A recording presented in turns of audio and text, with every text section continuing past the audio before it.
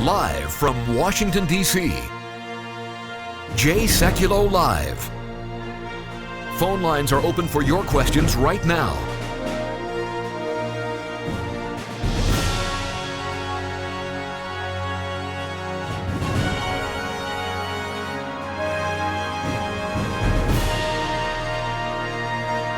And now, Chief Counsel for the American Center for Law and Justice, Sekulow.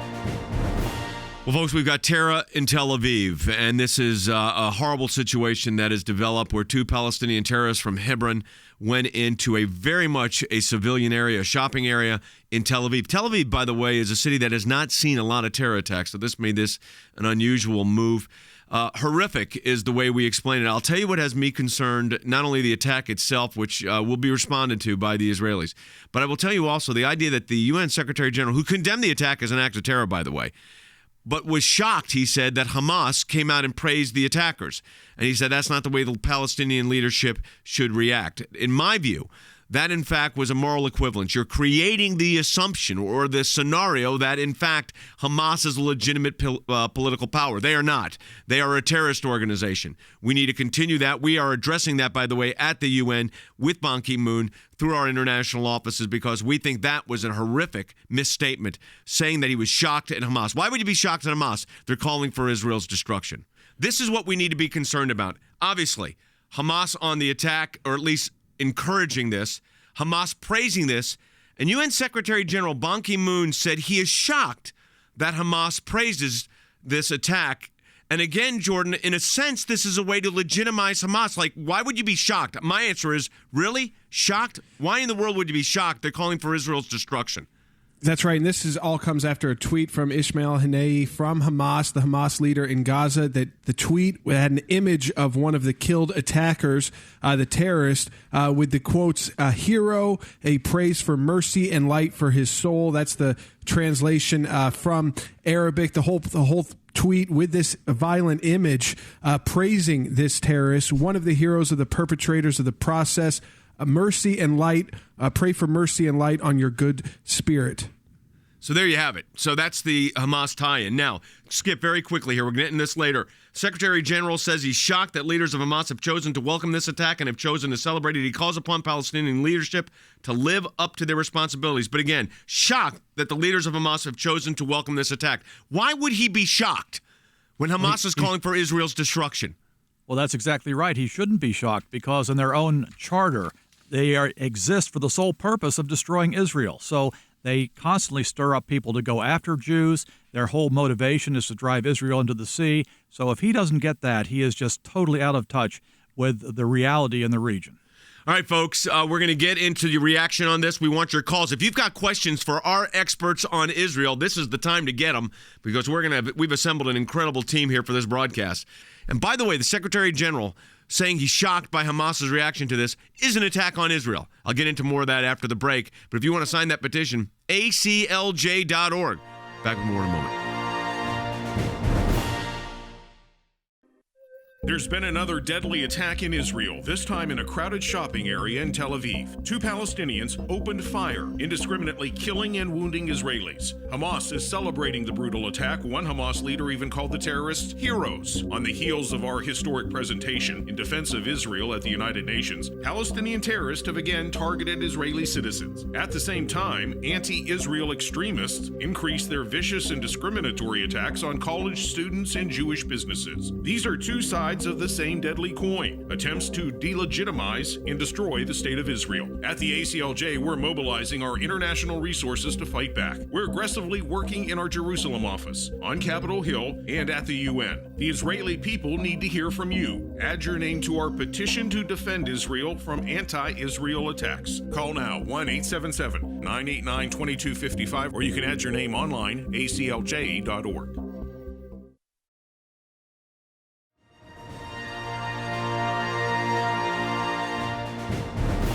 Hi, everybody. Welcome back to the broadcast. We are talking about, of course, this horrible terrorist attack in Tel Aviv. The thing I am concerned about, in addition to the attack itself, is the reaction of the international community, especially the UN Secretary General. While he condemned the actions of these two terrorists and called on Palestinian leadership to denounce it, he said he was shocked that Hamas, that the head of Hamas, their political wing, was praising it. He was shocked. Well, why in the world would you be shocked that Hamas is praising the destruction of Israeli innocent lives? They're calling for Israel's destruction. Joining us right now from Jerusalem, the director of CBN's Middle East Bureau Chief for CBN News, Chris Mitchell, who's been on this broadcast many times. Chris, first, give me the reaction. I know you were covering this yesterday. What's the latest?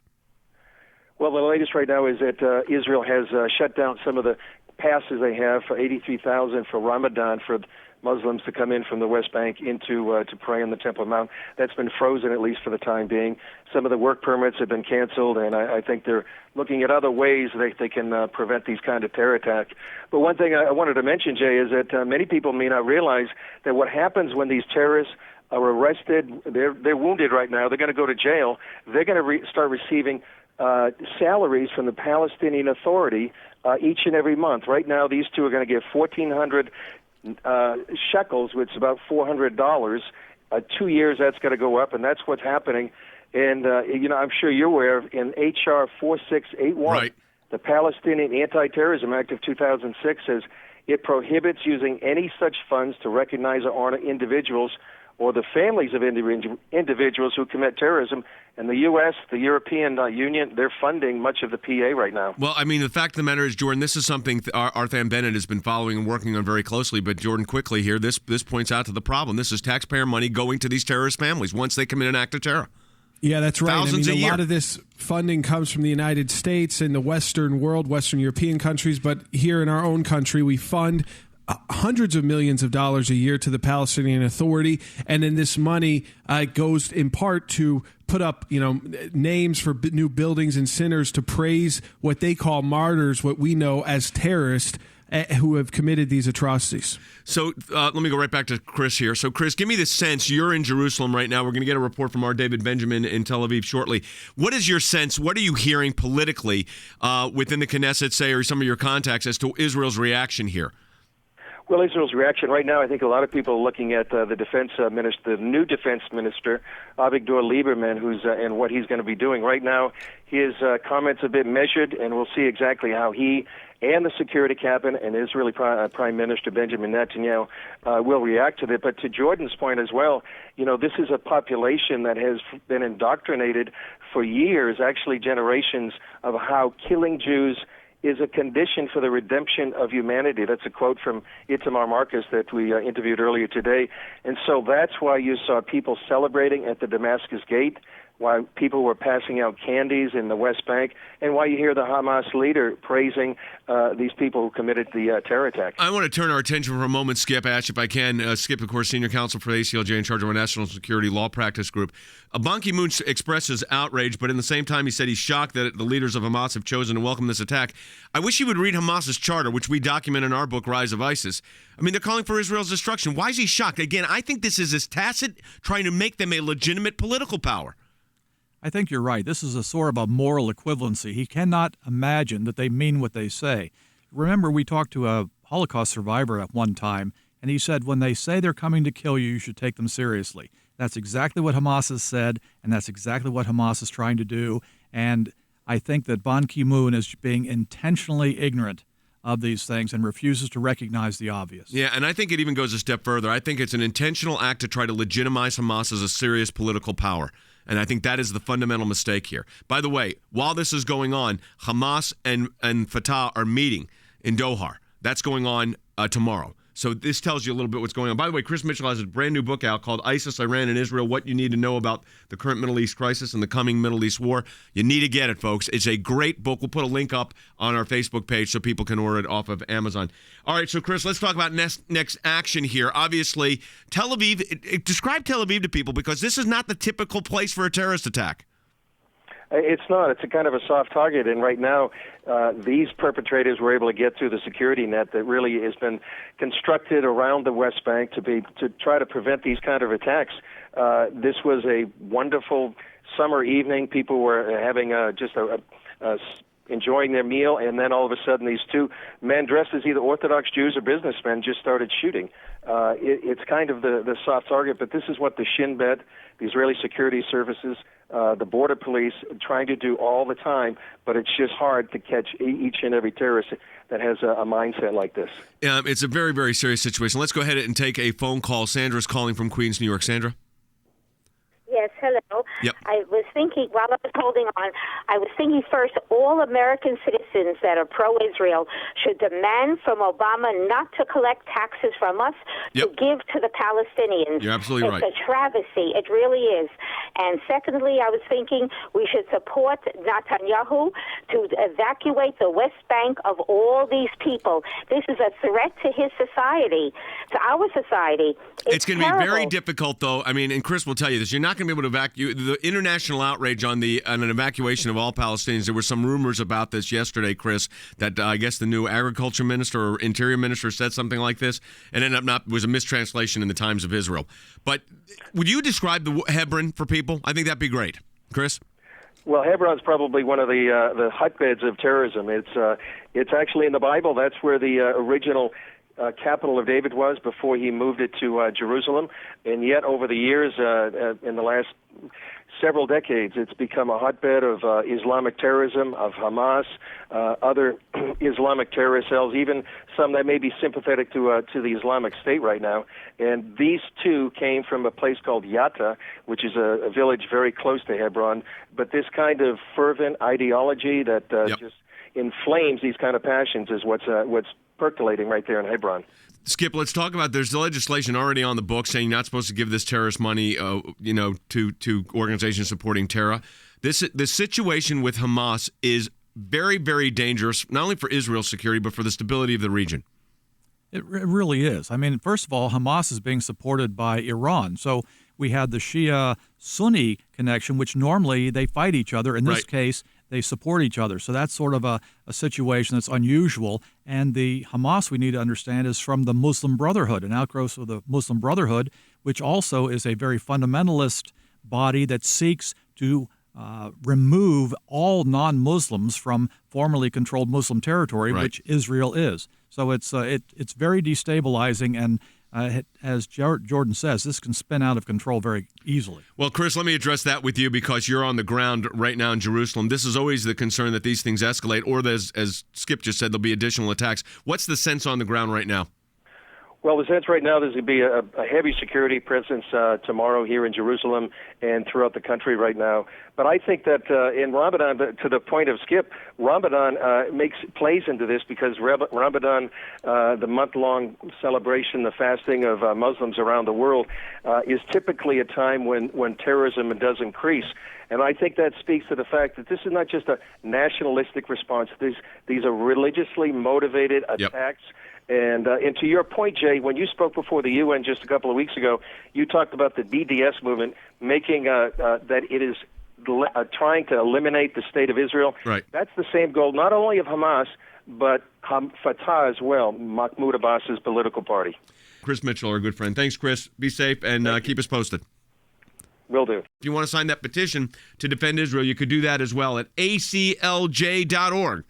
aclj.org or 1-877-989-2255. We'll be back with more, including your calls, in just a moment.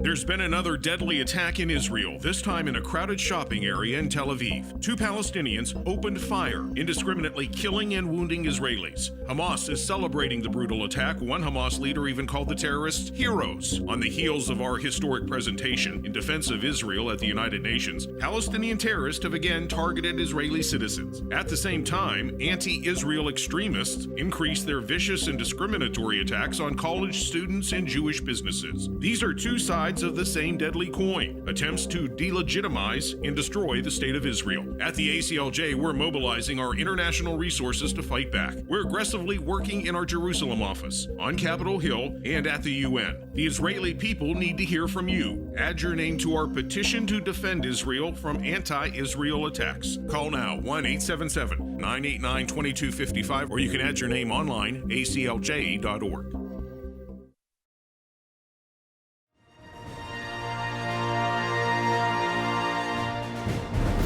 We're joined right now by Senior Counsel of the ACLJ, heads up our legal work in Israel, and that is David Benjamin. He's calling from Tel Aviv. David, give me your sense on the ground. I know you're there right now. Kind of paint the picture of what we're dealing with. Good evening, Jay, from Tel Aviv. Yeah, I'm right here actually at the site of yesterday's attack. What one can see here is the resilience of Tel Aviv. On the one hand, of course, Tel Aviv is in mourning, but many, many people have showed up here at the actual coffee shop where the attack took place to pay their respects and actually make a point of sitting down and ordering something from the menu just to show, we're carrying on, we won't let terrorism cow us.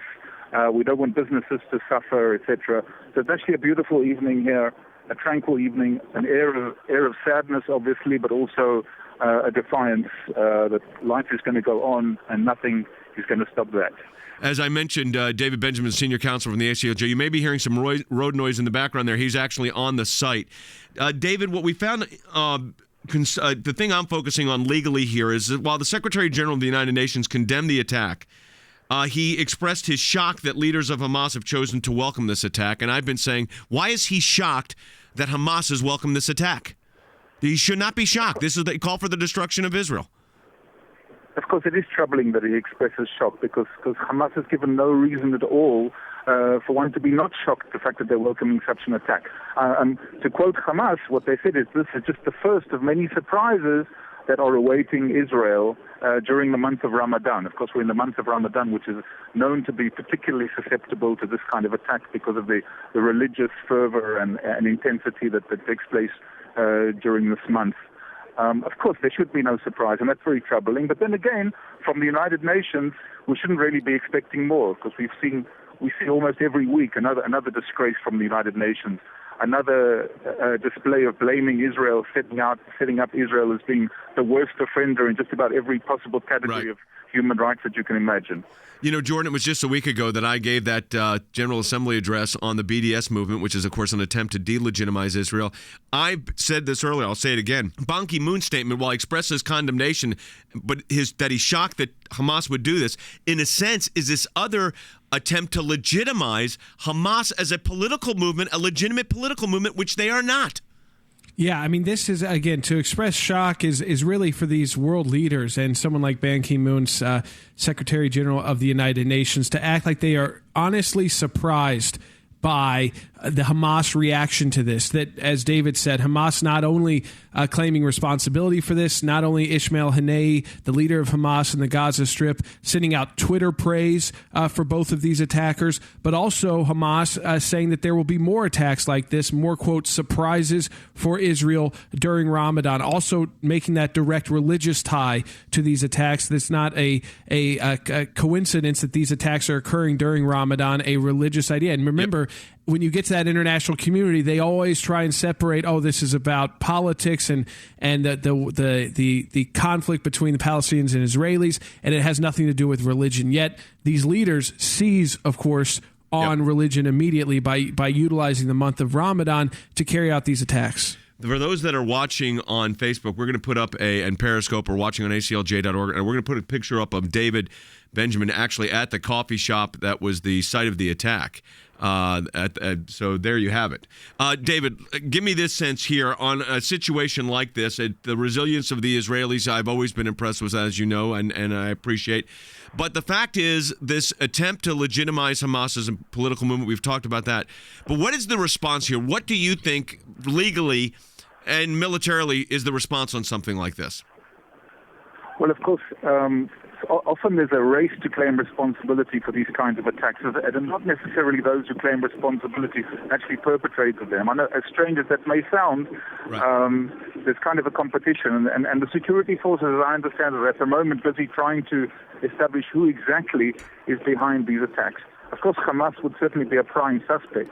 What's interesting about Hamas at the moment is also, there's Hamas in Gaza, but there's also Hamas in the West Bank, which has a slightly different control system. Yeah. In fact, something which I've been focusing on recently is that Hamas actually has a base in Turkey. And that base in Turkey has been responsible for directing activities emanating from the West Bank. Of course, this attack we know emanated from a village south of Hebron in the West Bank. We know who the perpetrators were. They've been arrested. They've been taken into custody, and They're being interviewed at the moment, as far as I understand. So, but of course, we don't know exactly where it's from, but that's certainly a possibility. So Hamas, if one recalls the event where 3 teenagers were kidnapped and murdered by Hamas, in the end we discovered it wasn't actually Hamas in Gaza who perpetrated it. Of course, they supported it and took responsibility. It was actually another, if you will, rogue branch of Hamas, which was being operated from Turkey. So it remains to be seen what happens there. But obviously, this is not good. And of course, what's happening, of course, maybe they're not saying this out loud, but the Palestinian Authority, who are supposed to be our peace partners, of course, are harmed by the fact that the international community is actually strengthening and reinforcing Hamas by giving them a legitimacy, which, of course, they really shouldn't have. Yes, which actually hurts Mahmoud Abbas in the way the Middle East politics go. David Benjamin, senior counsel for the ACLJ, is an expert on this area. If you go to the Oxford Center website, folks, there's papers posted, including one from David, on the situation. So about the Turkey connection with Hamas, we encourage you to go there. We'll put up a link on Facebook, on my Facebook page, to David's paper. David, thank you for the update. Keep us posted. I'm sure we'll be talking to you again. Thank you, sir. There you have it, David Benjamin, senior counsel for the ACLJ. And Skip, right there, I mean, it kind of shows you the depth of the ACLJ. Lawyers on the ground. We tapped into our friends at CBN for the News Bureau report, and then you got our lawyers actually on the ground in Tel Aviv. Right. On some of the most telling places and activities in the world, ACLJ attorneys or attorneys from affiliate offices associated with the ACLJ are there with their thumb and their finger right on the issues and able to take action immediately. So that's David Benjamin is one of our stars over in Israel. Quickly here, let's talk about that idea that we're funding this money. I think this is something people need to understand. About $500 million a year that goes to the Palestinian Authority. These two attackers coming out of the West Bank, which the Palestinian Authority has under its control. But because they have become lax in some ways, Hamas has great influence specifically in the city these attackers were from, in Hebron, and Hamas has claimed direct responsibility. And by the way, they will still be honored by the Palestinian Authority, even though they may have been claimed by as Hamas attacks. And so who do you think will be paying for those honors and for the money that will go to their families? Well, all of that money trickles down from U.S. funding. If you want to stand with Israel, and I can't think of a better day to do it than right now, ACLJ.org.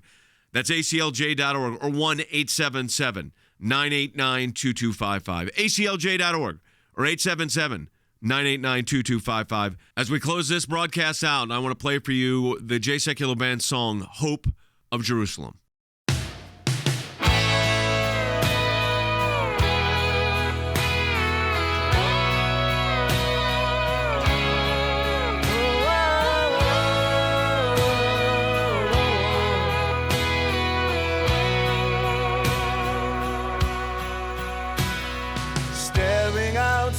From these old wooden spaces, remembering those who have passed through before.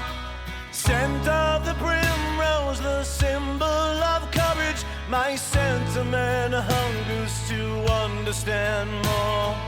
Friends brought together in deep conversation, passions and concerns of this holy land. All of the faces grown sallow with conflict, bringing the thoughts to the question I ask. Without understanding, we can't have agreement between. As all of our words fill this room, will it change what we've seen? And only God knows when the calm from the storm begins. The basis of all this hate is going to end. Where nations can live in peace, struggle and battle cease under the hope of Jerusalem.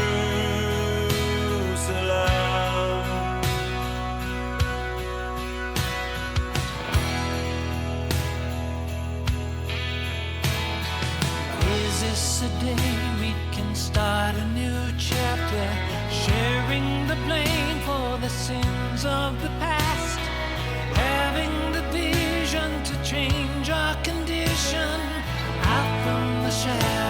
our journeys half cast.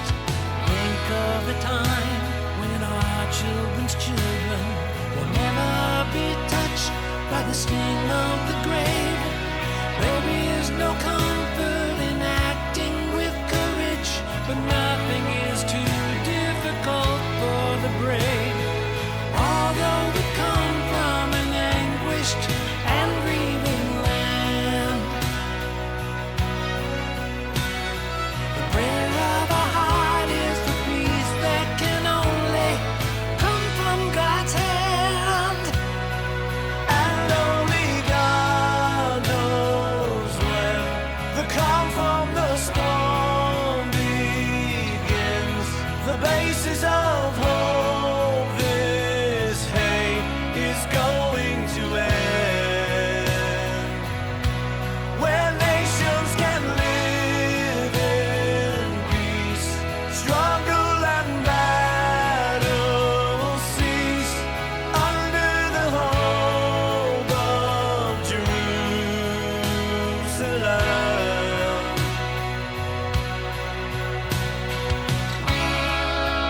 And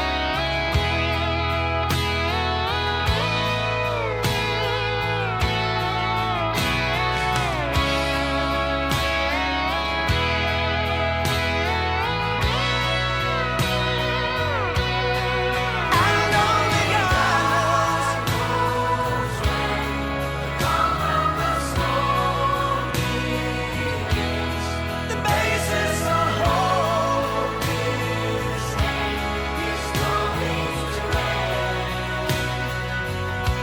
Where nations can live in peace, struggle and battle cease under the hope of Jerusalem. Under the hope of Jerusalem.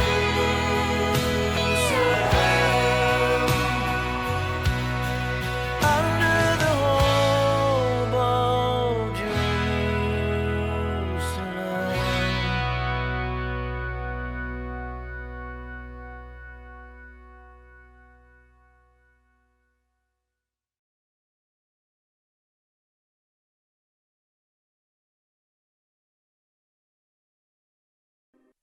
There's been another deadly attack in Israel, this time in a crowded shopping area in Tel Aviv. Two Palestinians opened fire, indiscriminately killing and wounding Israelis. Hamas is celebrating the brutal attack. One Hamas leader even called the terrorists heroes. On the heels of our historic presentation in defense of Israel at the United Nations, Palestinian terrorists have again targeted Israeli citizens. At the same time, anti-Israel extremists increased their vicious and discriminatory attacks on college students and Jewish businesses. These are two sides of the same deadly coin, attempts to delegitimize and destroy the state of Israel. At the ACLJ, we're mobilizing our international resources to fight back. We're aggressively working in our Jerusalem office, on Capitol Hill, and at the UN. The Israeli people need to hear from you. Add your name to our petition to defend Israel from anti-Israel attacks. Call now 1-877-989-2255, or you can add your name online, aclj.org.